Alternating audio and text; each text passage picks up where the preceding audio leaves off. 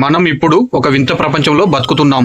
ఇక్కడ మనుషుల కంటే అకౌంట్లో బ్యాలెన్స్కి, బంధాల కంటే బంగ్లాలకి ఎక్కువ ప్రాధాన్యత ఇస్తున్నాం.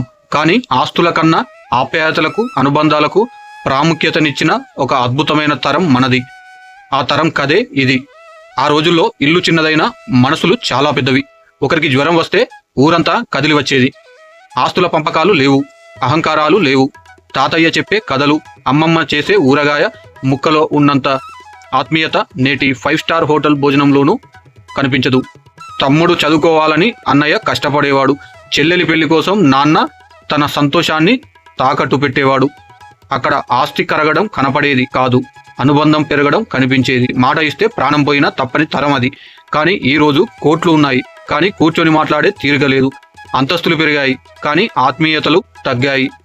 ఆస్తిలో చిన్న వాటా కోసం కన్నవారిని, తోడబుట్టిన వారిని దూరం చేసుకుంటున్నాం.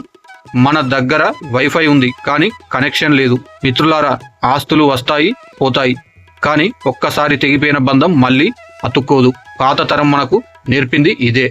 డబ్బు సంపాదించడం ముఖ్యం కాదు, మనుషులను సంపాదించుకోవడం ముఖ్యం. మీరు కూడా మీ బిజీ లైఫ్లో ఒక్క నిమిషం ఆగి ఆలోచించండి. మీ దగ్గర ఎన్ని ఆస్తులు ఉన్నాయన్నది కాదు, మీకు ఎన్ని అనుబంధాలు ఉన్నాయన్నదే మీ అసలైన విజయం. ఈ వీడియో మీకు నచ్చినట్లయితే మీ కుటుంబ సభ్యులతో పంచుకోండి. మన పాత తరం నాటి ఆ ఆత్మీయతను మళ్ళీ గుర్తు చేసుకుందాం. మరిన్ని ఇలాంటి హార్ట్ టచింగ్ వీడియోల కోసం మన ఛానల్ని సబ్స్క్రైబ్ చేయండి.